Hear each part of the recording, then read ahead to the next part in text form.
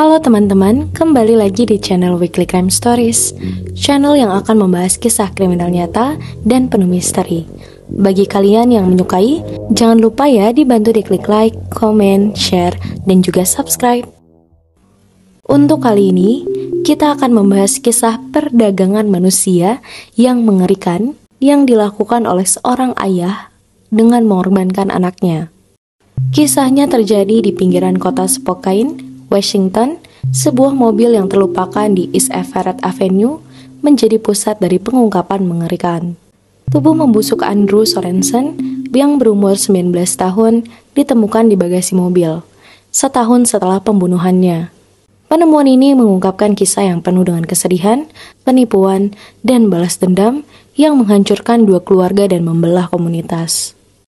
Para pelakunya bernama John Eisenman, berusia 63 tahun, dan tunangannya, Brenda Cross, yang berusia 57 tahun.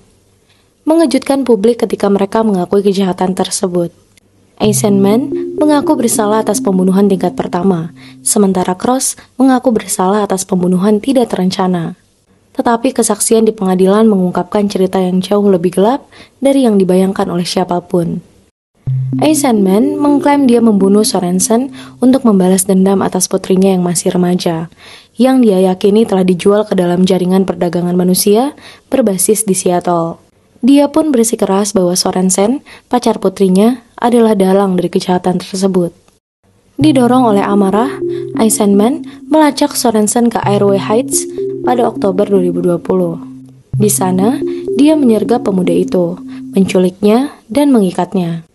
Adegan berikutnya penuh dengan kekerasan tanpa henti. Berbekal balok beton, Eisenman menghantam kepala Sorensen sebelum menikamnya berkali-kali.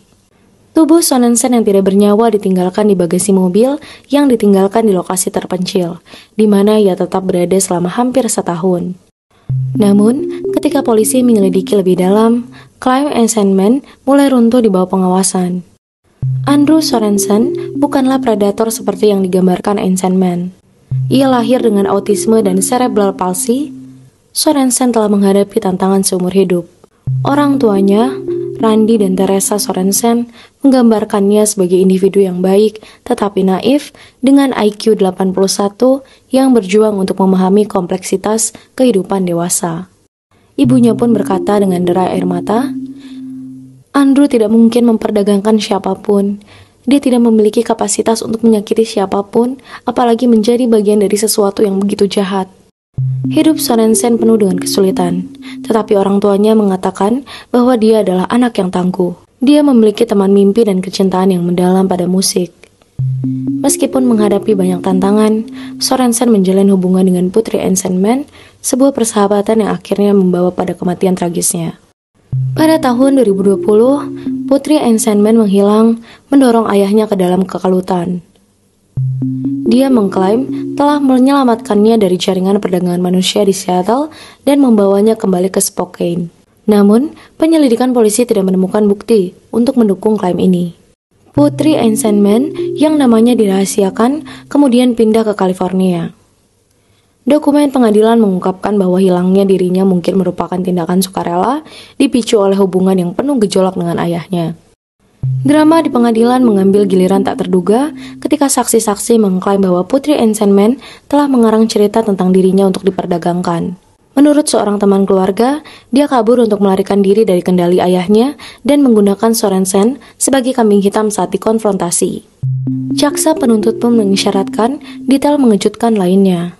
Eisenman memiliki perselisihan keuangan dengan Sorensen.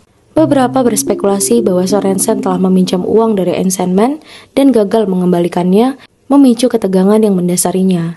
Apakah ini ternyata kasus balas dendam yang menyamar sebagai perlindungan ayah?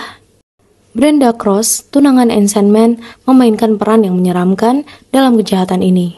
Seorang mantan guru sekolah, Cross selalu dilihat sebagai sosok yang peduli di komunitasnya. Tetapi di balik eksteriornya yang tenang, ada seorang wanita yang sangat terlibat dalam tragedi ini.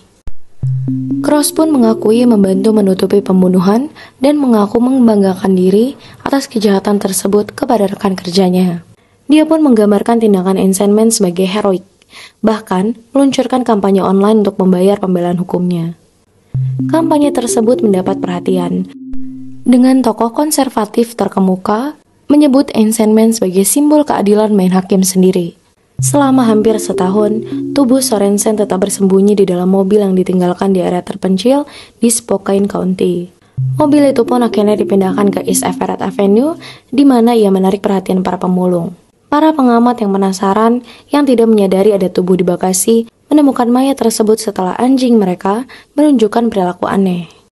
Pengungkapan ini mengejutkan keluarga Sorensen yang telah menghabiskan 1 tahun mencari Andrew.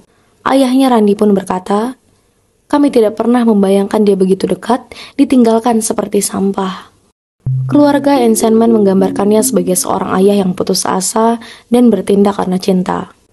Tunangannya dan putrinya, Ashley Cross, berargumen bahwa Ain Sandman tidak punya pilihan selain mengambil keadilan untuk dirinya sendiri.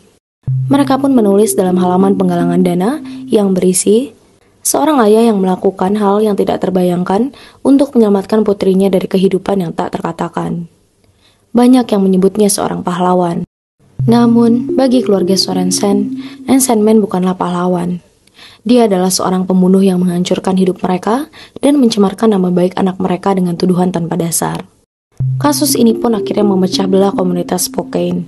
Beberapa memuji Ain Sandman sebagai pelindung yang berani menyeberangi batas moral demi anaknya. Tapi yang lain mengutuknya sebagai pembunuh berdarah dingin yang mengeksploitasi klaim putrinya untuk membenarkan tindakannya. Para ahli perdagangan manusia turut memberikan pandangan, menekankan betapa jarangnya kasus seperti klaim Ain Sandman. Kira Doubeck, seorang pakar nasional pun berkata, gagasan seorang ayah yang menyelamatkan putrinya dari perdagangan manusia adalah fiksi Hollywood. Kasus perdagangan manusia yang sebenarnya jauh lebih kompleks dan bahkan seringkali tidak terlihat. Dengan tanggal vonis yang semakin dekat, emosi pun berkecamuk. Jaksa penuntut merekomendasikan hukuman 22 tahun penjara untuk Ain Sandman dan 8 tahun dengan layanan masyarakat untuk Cross. Tetapi bagi keluarga Sorensen, tidak ada hukuman yang dapat memperbaiki kerusakan yang telah terjadi. Teresa berkata, "Kami kehilangan seorang putra, dan sekarang kami berjuang untuk mengembalikan nama baiknya. Andrew adalah korban, dia bukan penjahat." Kasus ini pun banyak meninggalkan pertanyaan yang menggantung. Apakah Ain Sandman dimanipulasi oleh kebohongan? Apakah perselisihan keuangan berubah menjadi pembunuhan?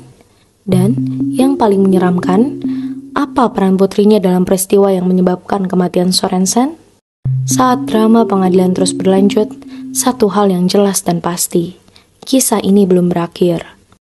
Bagi kalian yang menyukai kisah kriminal misteri seperti ini, jangan lupa ya dibantu diklik like, komen, share, dan juga subscribe. Dan untuk para penonton serta komentator setia, terima kasih telah membantu Weekly Crime Stories menjadi lebih baik lagi. Terima kasih.